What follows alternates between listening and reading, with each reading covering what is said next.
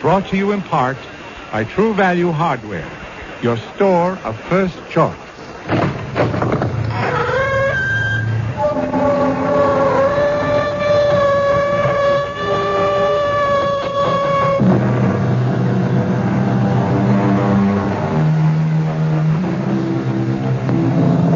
Come in.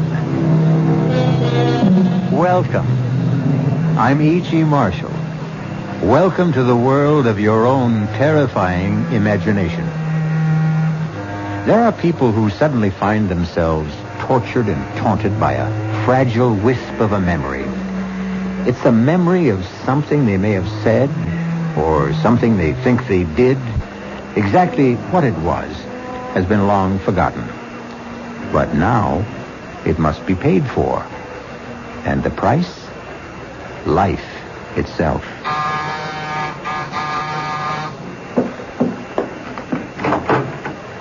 Yes? Are you Mrs. Louise Goodman? That's right. Are you sure? Why, of course I'm sure. It's just that I don't want to make a mistake. I'm Mrs. Louise Goodman. Who are you? And what is it you want? I want to keep my promise. Promise? What promise? I promised I'd kill you. Remember?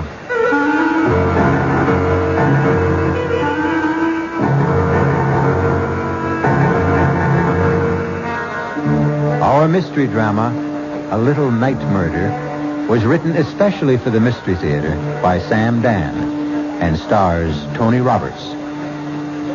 I'll be back shortly with Act One.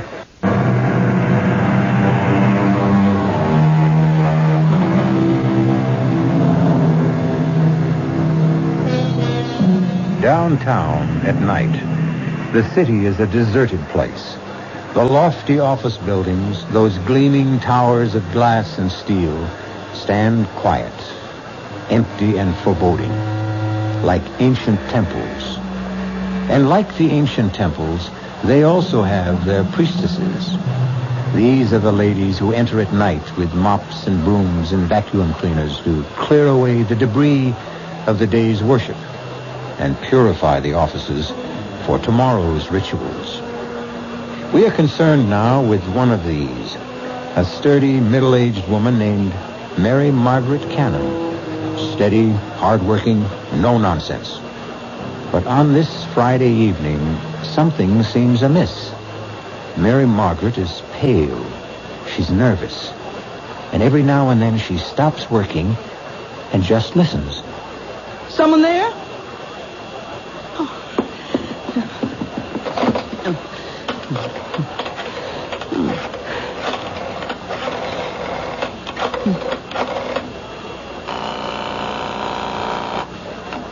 Hello? Terry, I'm scared. Scared? You? Oh, now, Mary, what did you be scared of? I don't know. It's these murders. Murders? These women who've been getting killed. Well, I'll come and stay with you if you want. Oh, please. I'm so nervous, so jumpy. I'm so scared. Yeah, but why? I just don't know. Terry. Yes? I hear someone coming. Are you sure? I hear someone. Terry. I'll hang up and call the police. Oh, no, don't. It's just the guard. Yeah, you see? Now, is everything okay? Oh, yeah. Look, you just forget I called and get your rest. Oh, good evening, Tom. Oh, you're not Tom. No. I'm the new man, Mrs. Cannon. Oh, well, what happened to Tom? He called in earlier today. He said he was sick. They sent me down to relieve him. How'd you know my name? Oh, Tom told me. I asked him, who's in the building tonight, and he said, just Mrs. Cannon. But what? Tom doesn't know my last name any more than I know his. We're just Mary and Tom. How did you know? Why shouldn't I know your last name? You know mine. How? How would I know your last name? It's Jackson. Remember? Little Peter Jackson? I never saw you before in my life. Oh, you did. Yes, you did. What do you want? I want to keep my promise. What promise? I promised I'd kill you. Why do you want to kill me? You don't remember? Well, let me refresh your memory, Mary Margaret Cannon. 23 years ago, you lived on Baxter Street, and one morning you walked into a little grocery store. Now you remember. You have exactly 30 seconds to live. Oh, please don't kill me, please. You should be saying your prayers. But I told the truth. If it was the truth, then God will forgive you. Pray, Mary Margaret Cannon. Pray. Oh, listen. My husband and I, we have a little money put aside. And I know exactly how you got Well, it. you can have it. All of it. Only don't Pray, Mary Margaret. Jackson! Peter Jackson! Maybe 30 years old, tall, thin, blonde. Don't shout. No one can hear you. They'll hear me. They'll arrest you and hang you. His name is Jackson. Peter Jackson. Oh, no, don't. They'll catch you, Peter. They'll catch you. Number 4. Mrs. Mary Margaret Cannon. Number 5, coming up, Miss Alice Maitland.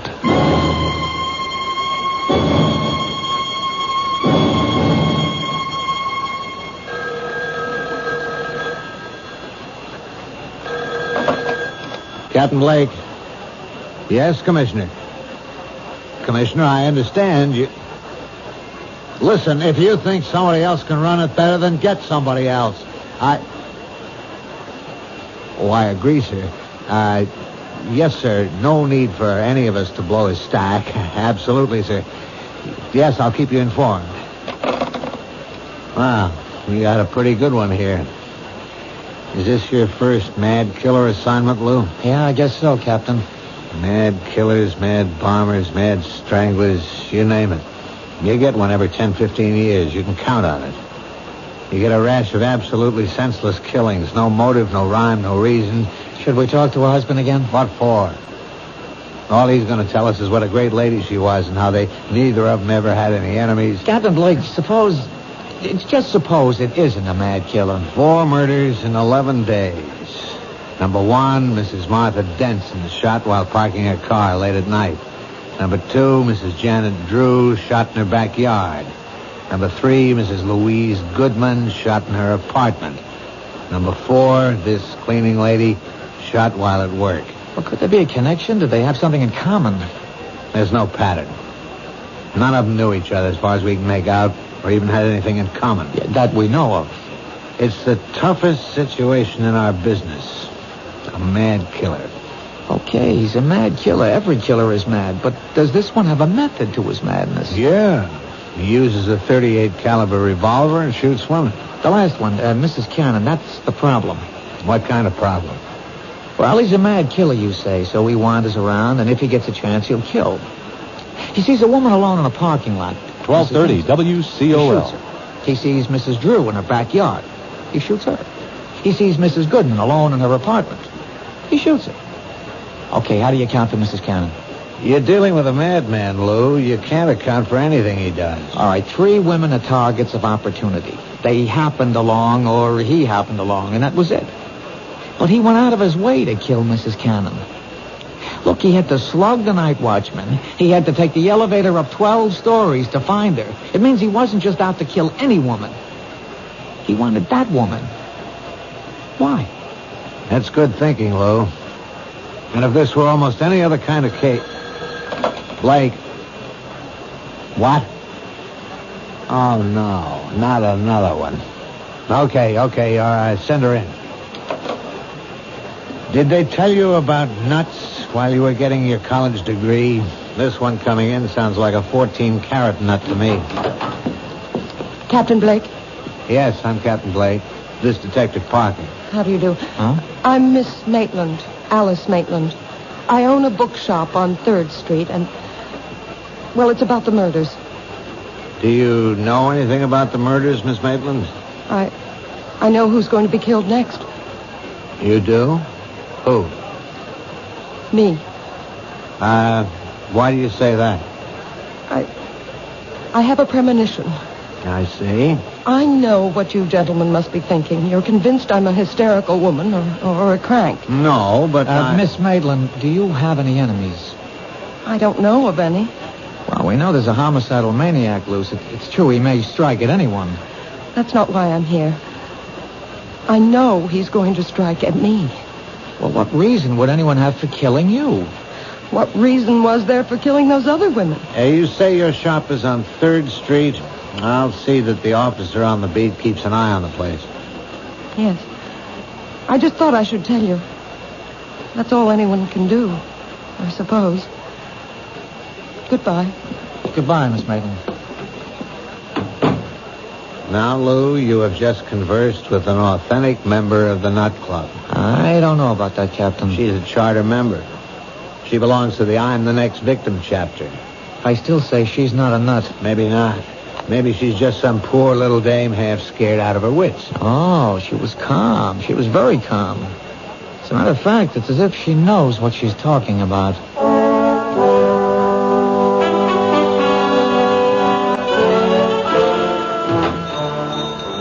May I help you? Oh. Hello. Remember me? Yes. You're one of the detectives I spoke with. Yeah, Lou Parker. Tell me why you came to police headquarters with a story that, well, rationally, it doesn't make sense. You said as much yourself. You felt that you had made yourself seem somewhat ridiculous. But now, well, forget all that. I'm willing to assume that your story is true, that you really are next on the list. Then you do believe me? I'm willing to accept what you say, but you have to help me. Does anyone have a motive for wanting to kill you? No. You never did or said anything that may have hurt someone? I can't remember. A disappointed boyfriend? I never really disappointed anyone that way. And yet you insist someone wants to kill you. I know it sounds ridiculous. There's a reason for feeling the way you do. If only we could uncover that reason. Excuse me, that's my phone. Hello? Hello? Hello? Hello? Miss Maitland? Yes. What is it? You seem rather pale. Oh? What happened? When I picked up the phone, there was just a click on the other end. As if someone had just hung up. Well, why should that seem to upset you? Well, because it's happened before. It has? Yes. Frequently? I mean, often enough so that it really isn't just an accident? 3, 4, perhaps 5 times a day. When did it start? Oh, I'd say about 2 weeks ago. I remember it happened 3 times the night the first of those women was murdered. Well, why didn't you tell us this before? I didn't think it was anything important. May I use your phone? It's back there in the office. Okay, I'll only be a moment. May I help you? Yes. Is your name Alice Maitland? Yes. Can I do anything for you?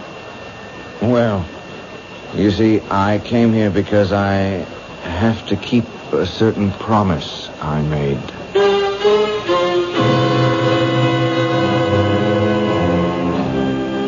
Say what you will about this young man. He has at least one redeeming feature. His word seems to be as good as his bond. But will he be able to keep this particular promise? This problem will be our primary concern when we return shortly with Act 2.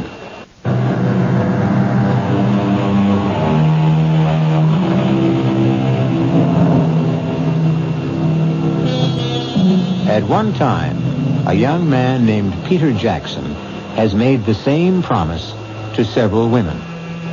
A promise that he would kill them. So far, he has kept his promise 4 times. Now, he is in a bookshop owned by a Miss Maitland, apparently ready to fulfill promise number 5. I came here because I have to keep a certain promise I made. You made a promise? Oh, yes. And I came here to keep my word. Miss Maitland, I think we're... Oh, I'm sorry. I didn't know you had a customer. What sort of promise are you talking about? I had promised a special person I would buy her a book. And I came in here to... Any particular type of book? Yeah. Yes, a good murder mystery. Oh, well, we have the latest Jonathan Merriweather novel. No, I don't dig him. Nothing happens. You got anything by Mike Stilson? Now, there's a guy who really writes murders. I mean, he kills somebody every other page. Oh, we're sold out on the latest. It's called Blood on the Street. Yeah, that's the one in which this guy kills all those dames. Look, if you're interested in that kind of stuff, all you have to do is read the newspapers. Do I tell you what to read, buddy? Sorry. I could order the book and have it day after tomorrow. Oh, no, that'll be too late. Well, try us again. Sure.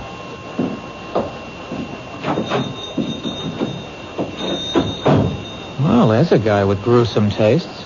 Well, takes all kinds. Hey, you know, he's a great Mike Stilson fan, and he thinks nobody knows it. Who? My boss, Captain Blake. You're kidding. Hey, this is the very first time I've ever seen you smile. Oh, I smile a lot. It's just recently. I told Captain Blake about the calls. And? Well, you never know. He just grunted and said, I'll stay with it. What time do you close? Just about now. I'll take you home. I live in this building, 2 flights up. Well, how about some dinner? Oh, you don't have to. You asked for police protection. Is that the reason? Line of duty? Well, yes and no. I'd like to. Except that, well, it's the end of the month and I'm swamped with paperwork. Well, this neighborhood seems safe enough. It's busy. And that diner across the street stays open all night. Look, keep this card handy at all times. It's got a special phone number. Now use it. Anytime you're disturbed by anything at all, no matter how slight or trivial, don't feel embarrassed. Just get on the phone.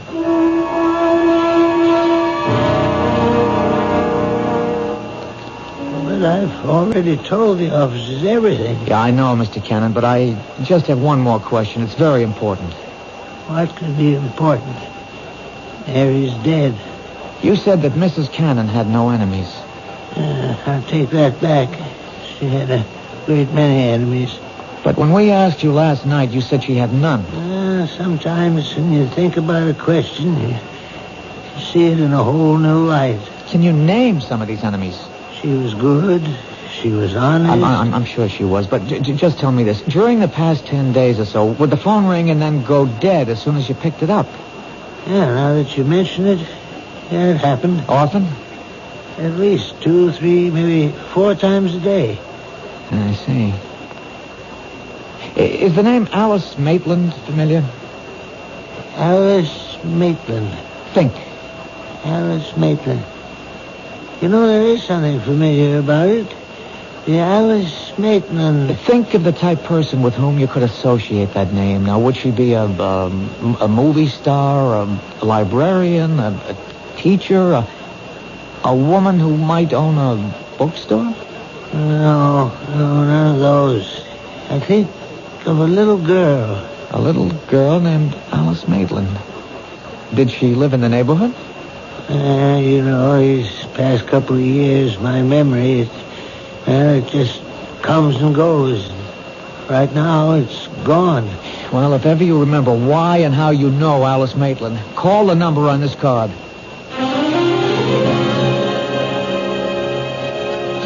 I'll have another cup of coffee, please. Are you waiting for somebody, mister? Well, not exactly. Why do you ask? Oh, well, you've been sitting around for hours drinking the stuff. The coffee in this joint that good? Look, don't be frightened. Oh, who's frightened? Well, you are, so, just look at this. Look. Oh, you're a cop. Uh-huh. Yeah, I was beginning to think that you could be that mad killer. Well, it could be just about anybody. I hope I didn't scare you too badly. Well, the truth is, I wasn't that much scared for myself. No? But You've just been staring at that building across the street. I got the idea you were watching for something. Are you? Well, maybe. Could I have change for the telephone, please? Thank you.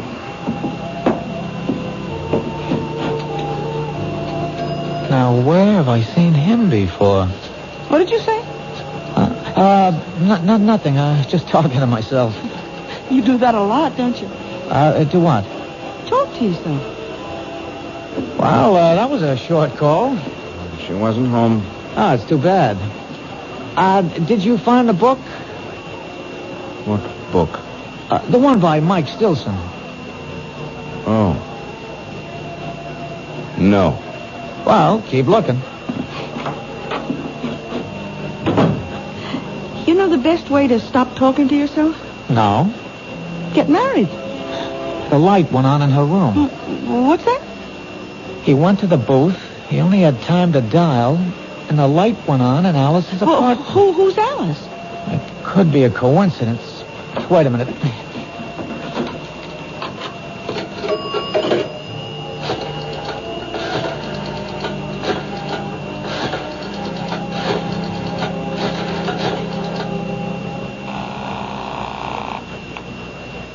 Hello?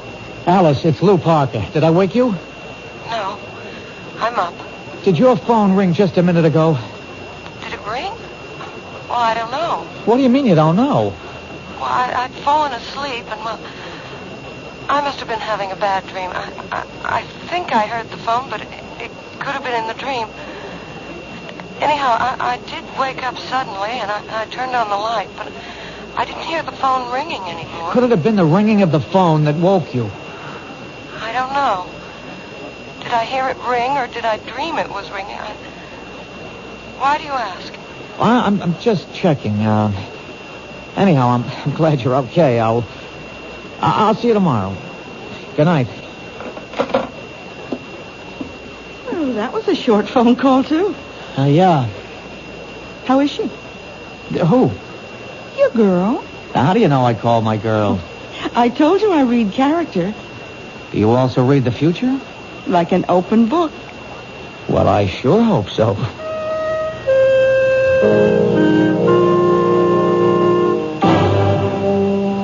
Captain, we got ourselves the killer. Oh, how can you be sure of your guy? I saw him in the bookshop. Does that make him a suspect? Maybe he likes to read. Then again in the diner. He may have been hungry. He didn't eat. He just went into the phone booth. He didn't even make a call. He was in there just long enough to let the number ring, and then he was out. So? So the light went on in Alice's, Miss Maitland's apartment. You mean he called her and hung up? Well, what? she isn't sure. How can she not be sure? The phone rang or it didn't? It isn't that simple. You see, she was asleep and she can't be sure. If it was the ringing of the phone that woke her up, or if the ringing of the phone was part of her dream. Good luck. Look, Captain Blake, there's something about this guy. He's young, about 30-ish, thin, blonde, a very hard line to his mouth. Lo, I think you better report in for general duty. This case is getting to you. Well, Captain, please. It's no reflection. It's even to your credit. It shows you care about people. Captain, let me have one more day. All right, Lou.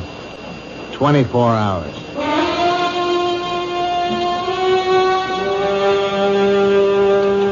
I'm sorry I've caused you so much embarrassment, Lou. That's all right. Captain Blake is unhappy. He'll get over it. He thinks I'm crazy. Well, he thinks most people are crazy. Lou, you can't keep guarding me forever. He has to strike at you soon. That's the pattern. He's done 4 murders in 12 days. That's one every 3 days. This is the night of the 15th day. He's due. Unless what? Unless I've scared him off for a while. No, keep away from your window. Why? Well, if he's around, we'll be tipped off. But could I have scared him away? After all, how would he know I'm a cop? You never saw him before? Never. We have to assume he's our killer. And what is the only thing we know about him besides his general physical description? We know he wanted a book by Mike Stilson. Blood on the streets. But he could have made that up on the spur of the moment. People rarely make things up in the spur of the moment. He knows what he's doing. He's out to frighten you. The phone calls are a part of it. That book. There's something in it that would cause you to be frightened. But what? I don't know. I've never read it. Well, he figures you did. After all, you own a bookstore. I have to sell books by Mike Stilson, but no one can force me to read them. Well, the clue is in that book. Wait a minute.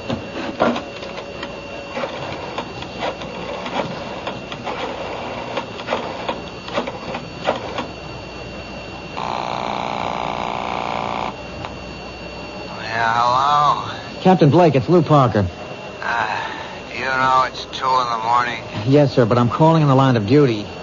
You live dangerously, Lou.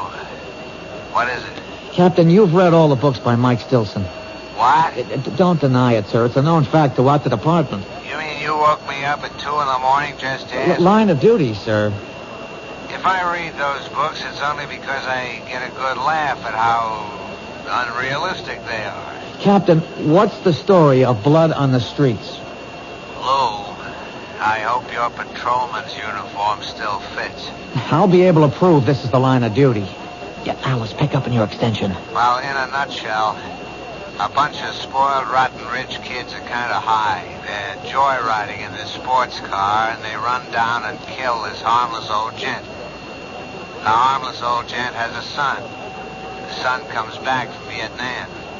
He swears he'll have revenge, so he shoots the joyriders one by one. That's it? That's it. And it better be line of duty. Well, Alice? No. I was never involved in anything like that. Does it remind you of something that might be similar? No. But it has to. Think. I hope you don't mind if I answer your phone. Hello? Detective? Yes. He's here. You know, Blondie. He's sitting at the counter. He's having a ham sandwich and a glass of milk. Thanks. Look, he can't see me, but I can see him. Oh, he's headed for the phone booth. Oh, good work. We better hang up. What is it, Lou? Well, right now, right here and now, we're going to find out. If that telephone should ring...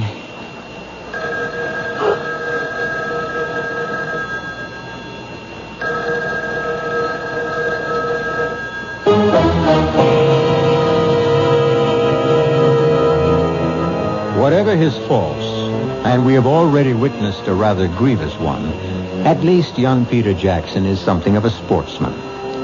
In his own way, he warns his intended victims. He even tries to give them clues. This time, has he given one too many? We'll be back shortly with Act 3.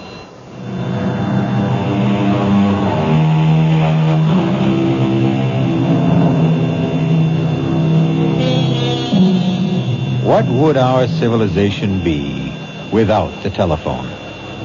Imagine your life without it. And the way the telephone works, it requires two people to complete a call. However, some of the most eloquent conversations can be carried on when there's no one at the other end, as you shall hear. Answer it, Alice. Answer it. Hello? He hung up. Now I've got him. Where are you going? You stay here.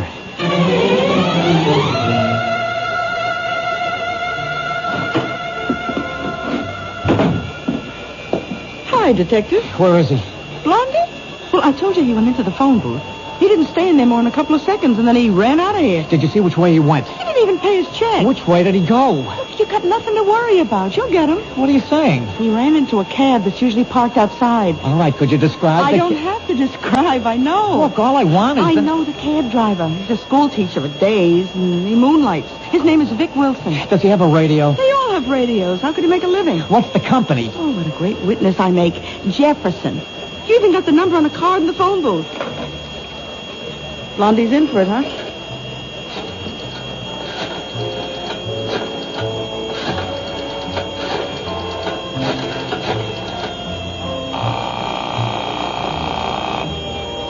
Jefferson cabs. This is a police call. You have a driver, Vic Wilson. He's on a job right now. The minute he checks in, have him report back to the diner at 3rd Street, to Detective Parker.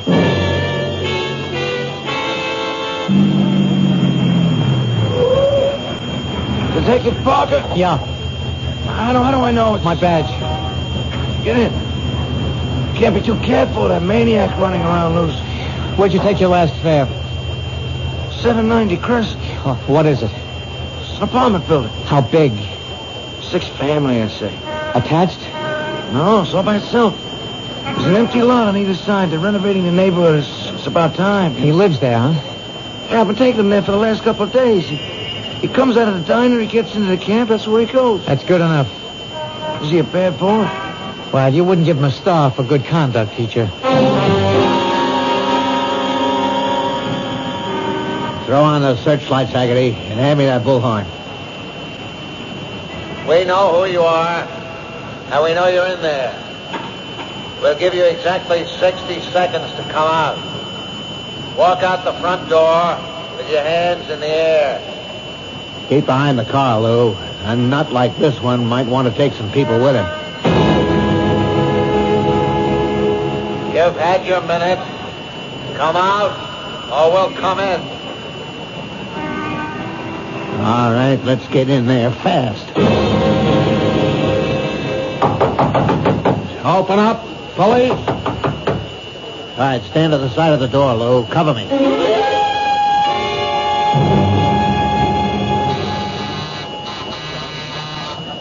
Who is it?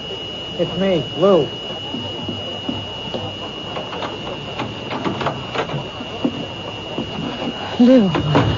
Lou, what happened? Well, You didn't get him. no, we didn't get him. Maybe it was the wrong house. No, the cab driver insists that's where he's been taking him. Then what happened? Oh, he's smart. He has himself dropped off at a false certain address in case he's being tailed, and then he sneaks out. Makes sense. Of course, Captain Blake doesn't believe a word of it. But, Lou... Oh, come on. 6 families live in that house. 6 ordinary, law-abiding families, and we rouse them at 5 in the morning and search the place. How angry is Captain Blake? Well, if he ever gets over it, I may wind up working nights in charge of the property office. Otherwise, I'm pounding a beat down along the docks. It's my fault. No. How do I really know I'm in danger? Why isn't this the product of an overwrought imagination? And the phone calls? Coincidence. And the guy in the bookshop? And we see him again in the phone booth just before your telephone rings? It could all be coincidence. I can't accept that. Captain Blake does. As far as I'm concerned, you're in danger, and you're convinced of it too, aren't you? But I don't have to be right. We can't take any more chances. Now, I'm going to stay here with you for another hour. By then, the stores will be open, and we'll buy you a small .25 caliber revolver. No. I'll arrange for a permit, and I'll show you how to use it. But I can't stand the sight of a gun. Alice, if a man is determined to kill you, all the advantages are on his side. We have to reduce the odds. I couldn't own a gun. I couldn't use one even if it meant saving my life. Now, Alice, I don't want to say that sounds silly, but... I don't think I can ever forget. Forget what? Well, I was standing right next to a man once who was killed by a gun. When? Oh, years ago. I was about 6. Who was killed? A very nice man. He was our grocer, Mr. Jackson. It was the day after New Year's, and Mama sent me out to buy... To this day, I remember a quart of milk, a half pound of butter, and a jar of strawberry jam. Then this man came in. He had a gun. It was a holdup. And suddenly, there was a loud explosion and a terrible flash of light. Oh, it was terrible. Mr. Jackson fell to the floor. He was dead. And the man ran away. Was he ever caught? Oh, yes. Just a few hours later. I had to go to the station house to identify him. Do you realize what you've just told me? This is it. You identified the man. He was sent to jail. Now, years later, he wants his revenge. But that's not what happened. No? Well, you see, I was so frightened. I wasn't sure. I really couldn't identify him. And he went free. So why would he want to kill me now? Then that gets us nowhere either. The others couldn't identify him either. The others? Yes. There were other people, but no one was sure of him. Now, if you had identified him and sent him to prison, it'd make sense to suppose he'd want revenge, but you didn't. Now, whoever and wherever he is today, he's happy. But the fact that you failed to identify him could have made someone else unhappy. What do you mean? Oh, the book, Blood on the Streets. It's about a man who killed people who did his father an injury. Did this grocer have a son? I think so. I think a little boy used to play in the store. But it's so long ago. Who could that be? I'll take it. Hello? Mr. Parker, it's Terry Cannon. Remember me? Yes, Mr. Cannon. They said I could reach you at this number. Anyhow, it came to me. What came to you? Well, I was trying to puzzle out why the name Alice Maitland was so familiar. Well, sir, about 23 years ago, Mary Margaret was in a grocery store, and a man was killed in a holdup. I took her down to the station house to identify the gunman. And could she? Well, no, sir, she really couldn't be sure. Anyhow, another one of the witnesses was a little girl. Her name was Alice Maitland. And I remember her because she was the most terrifying little thing I'd ever seen in my life. Thank you. Thank you, Mr. Cannon. I've got you. Finally, I've got you all tied together. Who? You and those women who were killed all come together in a little grocery store some 23 years ago. Finally, now we know who we're looking for. I'd like to see the look on Captain Blake's face when I tell him You won't this. live to see that look, friend. Lou! I know you got a gun in the shoulder holster. Just lay the phone down. Slow. Easy. Now, raise the hand. Slow. Easy. That's fine. Just keep him there. I guess your name is Jackson. Peter Jackson, Jr. You figured it out. So I figured I'd have to come back and get both of you. Hands stay up. Well, it's too late, Peter. We know about you. Yeah, you know about me, but the other cops don't. See, I was in the house across the street when you staged the raid. I thought I'd die laughing. I learned never to get dropped off where I live. That way you don't get surprised. You won't get away with it. Oh, I'll get away with it. She's the last one. I'm sorry about you, but I'll walk out of here. And who'll know it was me? But why her? She was just a kid. She lied. But I didn't know. I really didn't know. Yeah, that's what they all said, but they were lying. They were bought off. All of you were bought off. Come on, Peter, talk sense. My father is murdered, and the law lets a killer go free, and you want me to talk sense? Does it make sense that 5 people who were standing right there couldn't recognize him? But I couldn't be sure. I really couldn't be sure. My father, he never hurt a soul in his life. If a hungry person didn't have a penny in his pocket, he could still walk out of that store with a loaf of bread or a bottle of milk. If your father was that kind of man, what would he think of you, killing innocent people? My father believed in justice.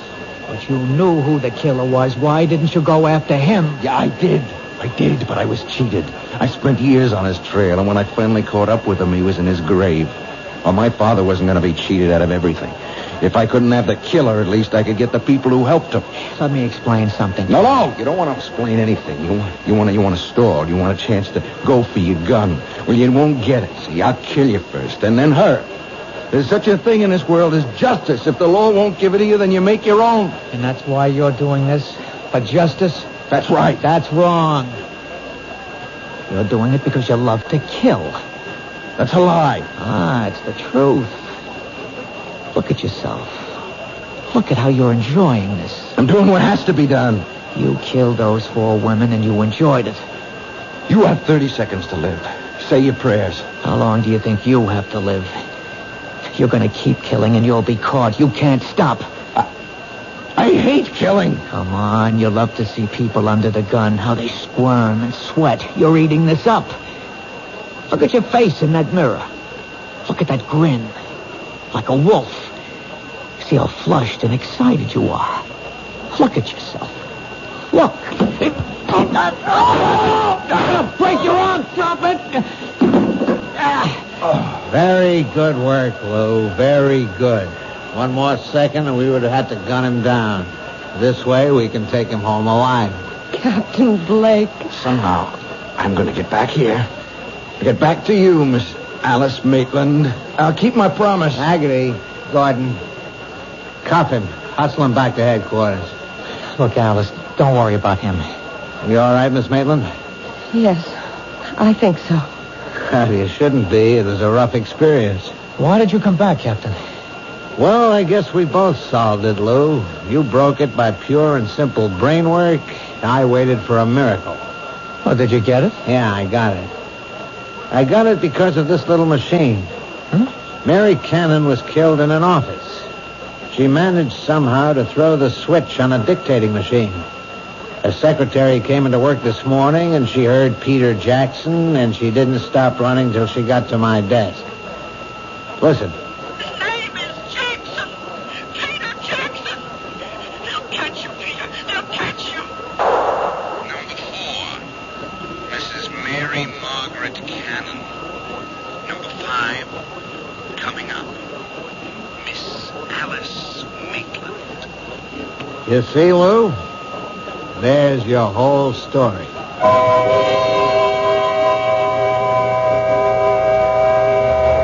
Of course, that isn't our whole story. For instance, you might want to know what happened to Peter Jackson. He's in a hospital for the criminally insane. For his sterling leadership in cracking the case, Captain Blake will probably become the next chief of police. Detective Parker will probably become Detective Sergeant Parker. And Miss Alice Maitland will probably become Mrs. Lou Parker. So you see, sometimes we can give you a happy ending. I'll be back shortly.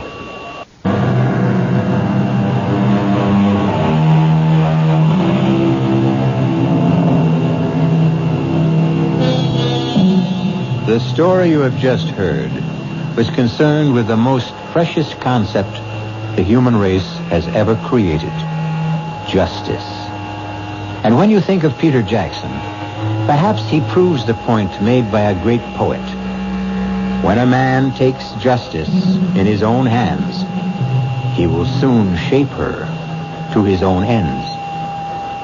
Our cast included Tony Roberts, Susan Grossman, Jack Grimes, Bryna Raeburn, and Robert Dryden. The entire production was under the direction of Himan Brown. G. Marshall inviting you to return to our Mystery Theater for another adventure in the macabre. Until next time, pleasant dreams.